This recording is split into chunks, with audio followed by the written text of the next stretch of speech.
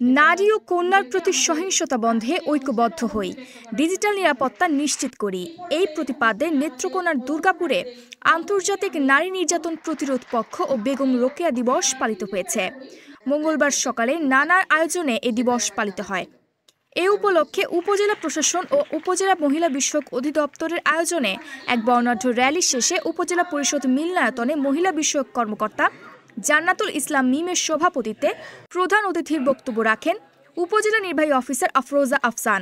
বিশেষ অতিথির আলোচনা করেন সহকারী কমিশনার মোহাম্মদ মিজানুর রহমান, ক্ষুদ্র নিগোষ্ঠীর কালচারাল একাডেমির পরিচালক পরাগ রিসিল, বিশিষ্ট শিক্ষাবিদ অ্যাডভোকেট এম.এ. জিন্না, উপজেলা দুর্নীতি প্রতিরোধ কমিটির সভাপতি মোহাম্মদ সিরাজুল ইসলাম।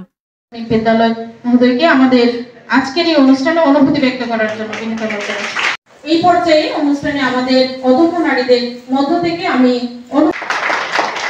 তোবারক হোসেন খোকনের তথ্যচিত্রে ঐশী মণ্ডল, চ্যানেল 21, দুর্গাপুর, নেত্রকোনা।